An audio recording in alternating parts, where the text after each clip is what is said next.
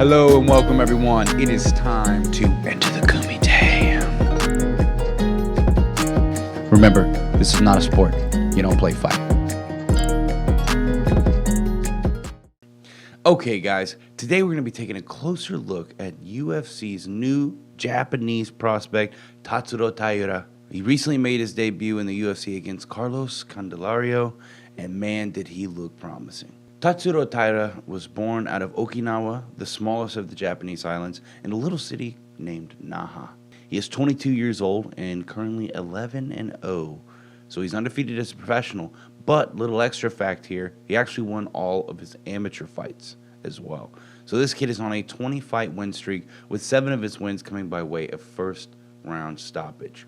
He trains with the Paraestra gym under Hiroshi Tsuruya. And let me tell you, these guys are training everything over there. So expect to keep seeing killer competition coming from Japan. He's had most of his fights in Shuto, which is a little MMA organization in Okinawa. Pretty popular in Okinawa, which they do have some pretty good guys, but he's about to get a stiff raise in competition with the UFC, like most guys receive.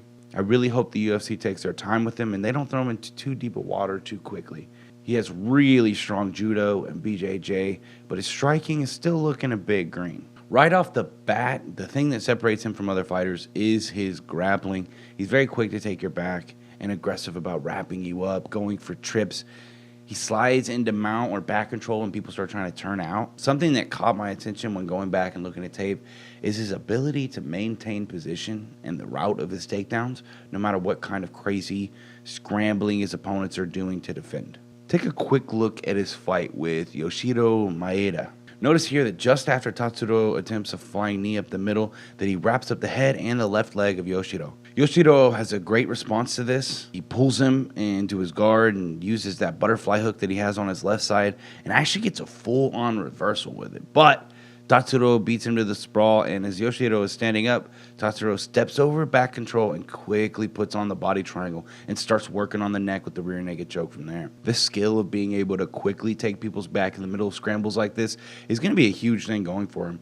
He kind of reminds me of Aljamain Sterling with his back takes, the way that he takes backs. He kind of just steps on over, and he just makes it look really smooth. Makes it look easy. This is what a lot of guys need to be training for right here. Let's take a look here as well in his fight with Ryuya Fukuda. Fukuda throws out the leg kick, but Tatsuro quickly grabs it, and he uses that momentum to also snatch up a double leg off the attempt. Fukuda's takedown defense looked good, man. He was making Tatsuro work for it, but Tatsuro works him to the cage and attacks the takedown from like 3 different angles. You can see Tatsuro's judo come into play here. He pulls Fukuda off the cage, lifting him up and getting him off balance, but also to take away that cage to lean on. Then he steps across to block the leg of Fukuda from recovering his base and looks to get that pro-mma. Beautiful work. He ends up pulling Fukuda into a triangle choke and finishing the fight from there. You see why I'm so high on this kid? So one thing that I have to make note of is that he's still a bit green with the striking. He doesn't really strike in combos. That's what's sticking out to me. He only looks for that one strike at a time with the occasional punch after a kick. He has a nice follow-up straight down the center after the opponent has gone out of their way to defend the kick. He dropped Muayed dirty after he tried to follow up on Tatsuro's kick. Muayed tosses out that left hook, and Tatsuro times the straight just inside of it. He's got strong kicks. He's got power in his hands, sneaky flying knees that he wants you to try and punish him for them, because then you might get wrapped up. I believe his grappling is going to be a bit much to deal with for the most of these fighters at flyweight, and this kid has the potential to really shake up the division. With the additions of Tatsuro Taira and Muhammad Mokaev to the flyweight roster, it is one of my most anticipated divisions for the next couple of years. So let's get into future plans. So he's coming off a win over Carlos Candelario. I say we keep Tatsuro fighting a few more unranked fighters, obviously. Let's build him up before tossing him to any wolves.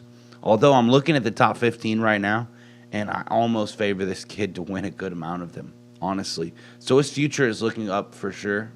He's so young and hungry, and I can't wait for Japan to have a really promising prospect like this. A prospect that could potentially fight for the title and potentially hold a UFC title. That's going to be a big, big bookmark for UFC and for Asian MMA, because UFC is the largest organization, mixed martial arts organization in the world. I would be so stoked to see Japan get a champion. But let's not forget who also joined the UFC's flyweight division this last year, Muhammad Mokaev. If everything goes to plan, then these two are going to meet in the future at some point, and boy, does that fight look juicy. That's one of the big things that make me question if Tatsuro Taira is going to become a UFC champion. But if we see these two fight at some point, that's going to be a killer fight, and that's going to be a good slow boil build-up right there. With that, I'll go ahead and wrap things up. If you like the content we're providing, make sure to like, share, and subscribe. If you disagree with our picks, make sure to berate us down in the comments below. You can also follow us on Instagram and Facebook, and you can even follow me personally on Twitter. Remember, this is not a sport. You don't play fight.